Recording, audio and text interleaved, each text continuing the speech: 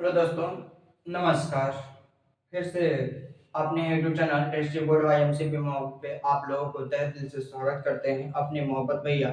चलिए तो आज हम लोग एक नए टॉपिक के साथ हम लोग एक साथ एकत्रित हुए। इस वीडियो के माध्यम से हम लोग कुछ नया सीखने की प्रयत्न करेंगे कि क्या आज नया कुछ होने वाला है। तो इस वीडियो में लेकर शुरू से लेकर अंत तक जरूर बने रहिएगा, आपको 5 नंबर पक्का हो जाएगा। एकदम शुरू से लेकर अंत तक इस वीडियो में बने रहिए। मात्र और मात्र 10 से 12 मिनट आप हमें दे दीजिए। 10 से 12 मिनट में आप अपने बायोलॉजी का 5 नंबर अपने पैकेट में रख लीजिए। बोर्ड ऑफिस से कहिए कि लाओ हम 12 मिनट पढ़ लिए, मोहब्बत बे क्लास कर लिए हैं, लाओ 5 नंबर हम 12 मिनट दे दिए हैं तुमको और अपने पैकेट में रख लेना है। चलिए तो आज हम लोग शुरुआत करते हैं। इससे पहले एक कोटेशन है, उद्धरण है प्रेमचंद जी का, साहित्यकार है। बोले कि सच्चा साहित्य वही होता है जो समाज को आईना दिखाता है, दर्पण दिखाता है। कहने का मतलब समाज में पारदर्शिता होनी चाहिए, शीशे के ग्लास की तरह, न कि अपारदर्शिता होनी चाहिए किसी भी चीज का। तो प्रेमचंद जी यही कहे हैं। तो चलिए आज इसी बात को लेकर हम लोग आगे बढ़ते हैं। तो चलिए आज कौन सा टॉपिक है, निर्जीवों में निषेचन की पूर्व और बाद की घटनाएं।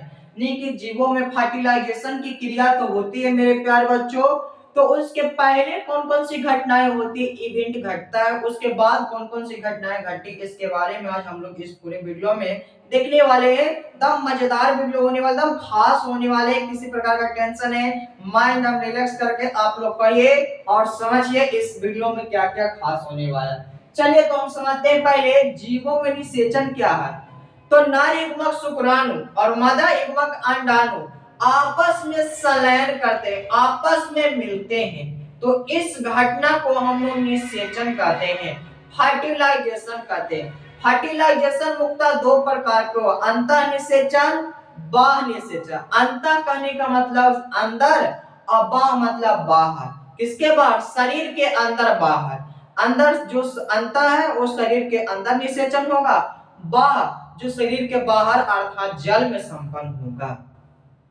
चलिए तो आज हम लोग देख लिए, तो ये सब देख लिए। अब हम लोग चलते हैं निर्जीवों में निषेचन की पूर्व तथा बाद की घटनाएं। ये जानना बहुत जरूरी है, इसलिए हम लोग बहुत इत्मीनान से इस टॉपिक को पढ़ेंगे, दम लहे लहे मजे मजे में पढ़ेंगे। सुन लीजिए। तो चलिए आज हम लोग स्टार्ट करते हैं। जीवों में निषेचन की बाद की घटना हम लोग पूर्व की घटना हम लोग देखते हैं मेरे प्यारे बच्चों, कि पूर्व में कौन कौन से घटना घटती है। तो ध्यान से देखिएगा पूर्व में कौन कौन सी घटना घटती है। पहला घटना है गैमिट निर्माण, यानी कि गैमिट मतलब युग्मक का निर्माण। कहा कैसे होता है जी, तो युग्मक का निर्माण नर में जो होता है, एम फॉर मेल लिखे, क्या लिखे नर, इसको समझना क्या नर, और इसको मादा, एफ फॉर फीमेल मतलब मादा। यानी कि मेल में जो होता है स्पर्म शुक्राणु का निर्माण होता है। किसका निर्माण होता है, शुक्राणु का निर्माण होता है। फीमेल में किसका होता है जी, तो ओवम मतलब अंडाणु का निर्माण होता है, या तो एग का निर्माण होता है। किसका, एग फॉर फीमेल, फीमेल में ओवम का निर्माण होता है यानी कि अंडाणु का निर्माण होता है। तो पूर्व की घटना निषेचन में पहला गैमेट का निर्माण होता है, तो मेल में शुक्राणु और फीमेल में अंडाणु के निर्माण होना। अब चलते शुक्राणु का स्थानांतरण। शुक्राणु यानी स्पर्म का एक स्थान से दूसरे स्थान तक जाना, क्योंकि फीमेल का जो होता है उसमें शुक्राणु बनता है, तो वो अपने शरीर में नहीं रखता है, वह किसी गर्ल्स के साथ, किसी फीमेल के साथ संभोग करके यानी सेक्स रिलेशन बना के, सेक्सुअल रिलेशन में आकर अपने शुक्राणु को उसके बॉडी में स्थानांतरण कर देता है सेक्सुअल ऑर्गन में, और वहां पे 48 से 72 घंटे तक वह एक परिपक्व अंडाणु को वेट करता है। जब वह परिपक्व अंडाणु आपस में मिलता है तो एक युग्मज का निर्माण करता है, जो बाद की घटनाएं होती है। तो शुक्राणु का स्थानांतरण यानी संभोग के समय पुरुष जो है अपनी शुक्राणु को महिला के फाइलोपियन ट्यूब में योनि के रास्ते से छोड़ देना, यही कहलाता है शुक्राणु का स्थानांतरण। समझ में आया।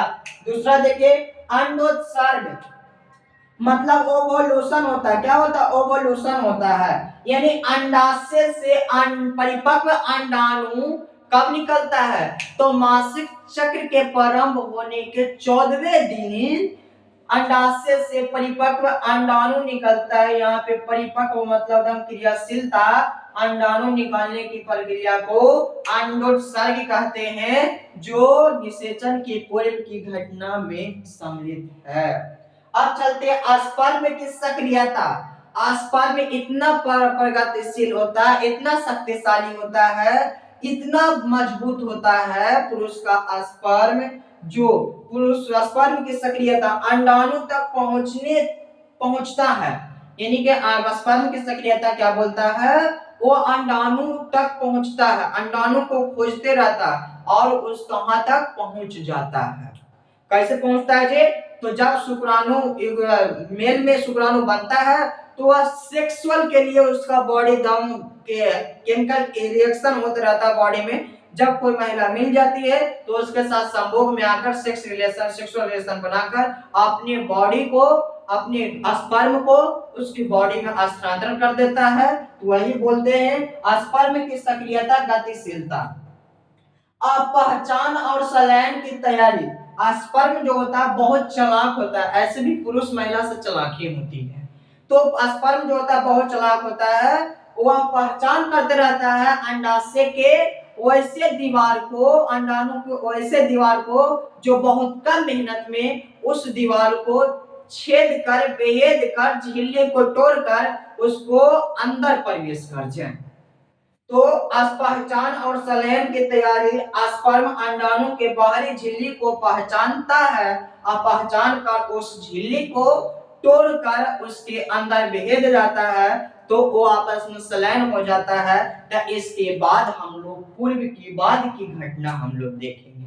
यहाँ तक समझ में आया मेरे प्यारे दोस्तों, मेरे प्यारे भाइयों बहनों? यहाँ तक समझ में आया निषेचन की पूर्व की घटनाएं, गैमेट निर्माण, शुक्राणु का स्थानांतरण, अंडोत्सर्ग, स्पर्म की सक्रियता और पहचान और संलयन की तैयारी।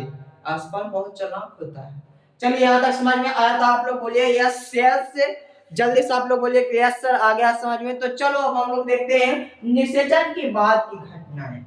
निषेचन की बाद की घटना, जब शुक्राणु और अंडाणु आपस में संलयन करता है तो निषेचन के बाद की निम्न प्रकार की घटनाएं घटती है। कौन कौन घटती है हम लोग देखते हैं जी।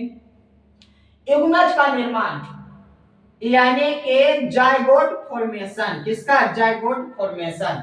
J for zygote, F for formation मतलब निर्माण। एस फॉर मतलब स्पर्म है, ये क्या है? स्पर्म। एस के मतलब स्पर्म और ओ के मतलब अंडाणु यानी कि ओवम, अंडाणु ओवम। दोनों आपस में मिला तो क्या मिलता है? शुक्राणु और अंडाणु के पूरा नहीं मिलता, उसका नाभिक न्यूक्लियस मिलता है। क्या मिलता है? नाभिक मिलता है और मिलकर युग्मज का निर्माण करता है। क्या करता है? तो निषेचन के बाद की घटनाएं में युग्मज का निर्माण होता है। कैसे होता है जी? नर युग्मक शुक्राणु, एस फॉर स्पर्म, मादा युग्मक अंडाणु, ओ फॉर ओवम, आपस में उनके नाभिक मिलकर जिसका निर्माण करता है उसे युग्मज निर्माण कहते हैं, जायगोट फॉर्मेशन कहते हैं। आई होप कि यहाँ तक समझ में आया। तो बाद की घटनाएं की दूसरा बिंदु देखते हैं हम लोग। कोशिका विभाजन, सेल डिवीजन, या तो बायोलॉजी में इसको क्लीवेज कहते हैं। क्या कहते हैं? CLEAVAG, क्लीवेज कहते हैं। चलिए, तो कोशिका विभाजन क्या है? तो युग्मज जब बन जाता है तो वह कोशिका के रूप में होता है। इस जीवन के सबसे पहली कोशिका होते है। कैसी कोशिका होता है? किसी भी जीव के फर्स्ट सेल होता है। किसी भी नए जीव को उत्पन्न होने के लिए सबसे पहली कोशिका होते हैं। और युग्मज जब बन जाता है तो सेल डिवीजन होता है। उसमें कई प्रकार के सेल डिवीजन होते हैं। युग्मज कई कोशिकाओं में विभक्त होता है, जैसे 8 कोशिका, 2 से 4, 4 से 8, 8 से 16 सेल, 16 से 32 सेल, 32 से 64 सेल, 64 से 128 सेल्स में विभाजित हो जाते हैं। तो उसी घटना को बोलते हैं कोशिका विभाजन या क्लीवेज, सेल डिवीजन बोलते हैं। तीसरा बिंदु देखते हैं भ्रूण का निर्माण। भ्रूण का निर्माण कब प्रारंभ होता है? जब युग्मज बनने के बाद उसमें सेल डिवीजन की प्रक्रिया प्रोसेस पूरी हो जाती है तो धीरे धीरे भ्रूण का निर्माण होता है। क्या होता है? भ्रूण का निर्माण होता है, एम्ब्रियोजेनेसिस। क्या, एम्ब्रियोजेनेसिस। यहाँ तक समझ में आया, कोई दिक्कत नहीं ना? तो चलिए हम लोग चौथे पॉइंट पे चलते हैं। गर्भाशय में आरोपण यानी कि इम्प्लामेंटेशन। चलिए ये क्या होता है, दीवार में जब भ्रूण निर्माण हो जाता है तो वह गर्भाशय के एंडोमेट्रियम दीवार पर जाकर चिपक जाता है। गर्भाशय के 3 परत होते हैं, तो कौन दीवार पर चिपकता है, तो भ्रूण निर्माण होने के बाद ये गर्भाशय के दीवार पे जाकर, दीवार में एंडोमेट्रियम दीवार में जाकर चिपक जाता है। उसके बाद क्या होता है, भ्रूण का विकास, धीरे धीरे अंगों का विकास और शिशु का विकास होता है। जब गर्भाशय के एंडोमेट्रियम दीवार पर जाकर भ्रूण चिपक जाता है तो वहां भ्रूण का धीरे धीरे धीरे डेवलपमेंट होता है। जब भ्रूण डेवलपमेंट होता है तो ऐसे एक शिशु के रूप में जन्म लेता है और शिशु जन्म लेता है मां। तो ये आपका पूरी घटना हुआ निषेचन में। निषेचन, जीवों में निषेचन की पूर्व की घटना है और बाद की घटना है। तो आप लोग अगर ये सब का एक्सप्लेन नहीं कर पाए तो आप लोग केवल गैमेट निर्माण, शुक्राणु का स्थानांतरण, अंडोत्सर्ग और स्पर्म की सक्रियता, शुक्राणु कर सकता है, ये सब खाली बिंदु याद रखिए। कोई युग्म निर्माण, कोशिका विभाजन, कोण निर्माण, भ्रूण निर्माण, गर्भाशय में आरोपण, भ्रूण का विकास। तो आई होप कि यहाँ तक पूरी अब हम लोग क्विक रिवीजन कर लेते हैं। यहाँ तक समझ गए होंगे। तो जीवों में निषेचन की पूर्व और बाद की घटनाएं। तो जीवों में निषेचन की पूर्व की घटनाएं क्या होता है, युग्मक का निर्माण, युग्मक का आस्था, शुक्राणु का स्थानांतरण। युग्मक का स्थानांतरण नहीं, युग्मक अगर बोल दें तो मेल और फीमेल दोनों का आ गया। तो युग्मक स्थानांतरण, अंडाणु का स्थानांतरण है तो वो अपने ही बॉडी में रह जाता है मादा के।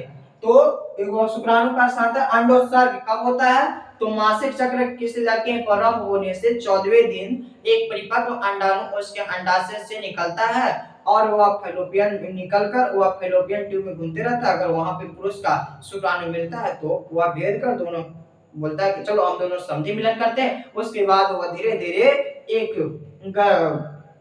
प्रेगनेंसी का प्रोसेस शुरू हो जाती है। स्पर्म की सक्रियता, अंडाणु तथा अंडाणु तक पहुंचने की प्रक्रिया, पहचान और संलयन की तैयारी। स्पर्म अंडाणु के बाहरी झिल्ली को पहचान कर उसे तोड़कर उसमें अंदर प्रवेश करता है उसका नाभिक और धीरे धीरे वह युग्मज बनाने लगता है। अब चलते हैं निषेचन की बाद की घटना है। तो एक हेडिंग लिख देना है, बाद की घटनाएं जब युग्मज और शुक्राणु आपस में मिलते हैं, उसके नाभिक आपस में मिलते हैं तो निम्न प्रकार की घटनाएं घटती है। कौन कौन, तो युग्मज का निर्माण, इसमें क्या होता है, नर युग्मक, शुक्राणु, मादा युग्मक, अंडाणु के नाभिक आपस में मिलकर युग्मज का निर्माण करता है। उसके बाद क्या होता है, भ्रूण का सेल डिवीजन, कोशिका विभाजन। युग्मज बनने के बाद युग्मज विभिन्न प्रकार के सेल डिवीजन होते हैं जिसमें 8 से 16, 32 से 64 डॉट डॉट इस प्रकार से होती है। तीन, भ्रूण का निर्माण, कोशिका विभाजन के बाद भ्रूण निर्माण धीरे धीरे होती है। उसके बाद गर्भाशय में आरोपण, जब भ्रूण विकास हो, भ्रूण का निर्माण हो जाता है तो गर्भाशय के एंडोमेट्रियम दीवार पर जाकर चिपक जाता है। इस घटना को गर्भाशय में आरोपण कहते हैं। भ्रूण का विकास, धीरे धीरे भ्रूण विकास करके और वह शिशु का विकास होने लगता है। आई होप यहाँ तक समझ में आ गया होगा। तो तब तक के लिए इतना ही आज के लिए, फिर मिलेंगे अगले वीडियो के साथ नए जोश और जून के साथ। तब तक के लिए bye bye, tata, thanks for everyone.